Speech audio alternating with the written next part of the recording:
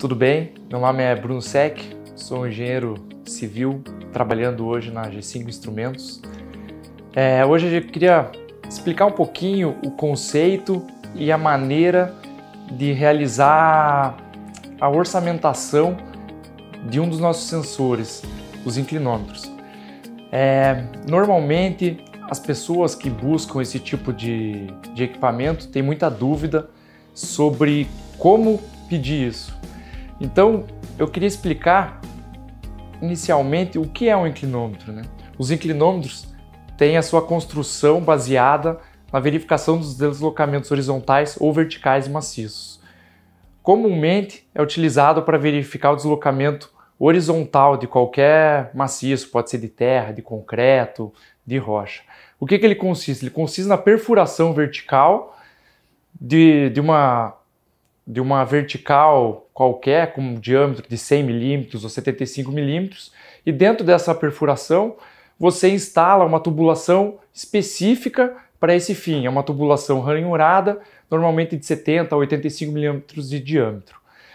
Como é que você realiza a verificação dessas deformações? Você insere dentro dessa tubulação um torpedo, que aí sim é o próprio inclinômetro. Ou seja, você insere esse torpedo e numa profundidade específica. Você pode ter 100 metros, 50 metros, 30 metros, 200 metros de vertical. Você vai colocar esse torpedo no ponto mais profundo e vem medindo ele a cada 50 centímetros ou a cada 1 metro, o quanto você desejar verificar. E em cada ponto específico desse, você consegue confirmar o deslocamento horizontal dessa tubulação. Então, qualquer deformação que apareça ali vai te indicar uma possível anomalia desse maciço. E qual que é a grande dificuldade do orçamento disso? É que você tem vários tipos de inclinômetro, os mais comuns, o convencional e o in-place. Como o próprio nome diz, o in-place ele é um sensor que vai ficar instalado para sempre dentro do buraco, dentro do teu furo. Você vai simplesmente colocar dentro de toda essa tubulação diversos sensores que vão medir constantemente qualquer anomalia, qualquer deformação possível de ser medida, né? Já o inclinômetro convencional é um inclinômetro único em que você manualmente insere o sensor dentro do furo e vem deslocando ele a cada 50 centímetros, a cada 1 metro e pegando cada pontinho de deformação. Então, em resumo, para você conseguir orçar adequadamente um preço de inclinômetro, você precisa de alguns elementos em conjunto, ou seja, você não precisa dizer eu preciso de um inclinômetro. Um inclinômetro não nos diz nada. Você precisa do quê? Do torpedo de inclinômetro? Você precisa do quê? De diversos sensores para deixar o sistema in place? Então o que você precisa informar para quem vai orçar, ou até mesmo para quem vai adquirir isso dentro da sua empresa, é a quantidade de verticais que você vai monitorar e a profundidade de cada uma dessas unidades a serem monitoradas. Após essa confirmação, você informa o seguinte: minha leitura vai ser manual ou ela vai ser automatizada?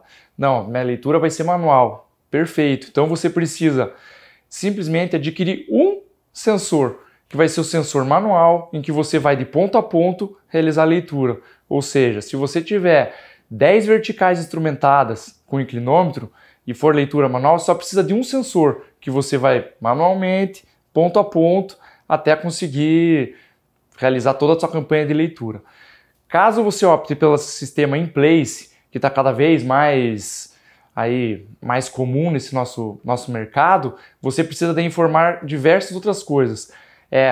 Quantidade de sensores, profundidade de cada sensor, porque o que varia demais? O sensor em si, ele custa o mesmo. Só que se você colocar em uma vertical de 100 metros 10 sensores, vai ter um custo. Se você colocar 50 sensores, é outro custo. Então o ponto principal da tua definição de engenharia é o espaçamento entre sensores. Quais os pontos específicos de medição? Quanto você precisa medir? Então, se você precisa ter medições extremamente apertadas, de 50 e 50 centímetros, ou se você precisa ter medições muito espaçadas, não tem necessidade de ter um conjunto de dados muito grande, você pode espaçar esses sensores. Então você tem capacidade de mudar muito o teu orçamento. Dentro de uma vertical de 50 metros, espaçado a cada 50 centímetros, você vai precisar de 100 sensores. Se você tiver uma vertical de 50 metros e colocar espaçamento de 2 em 2 metros, você vai ter exatamente 25 sensores, 24, 23, depende de como é que você realizar essa composição.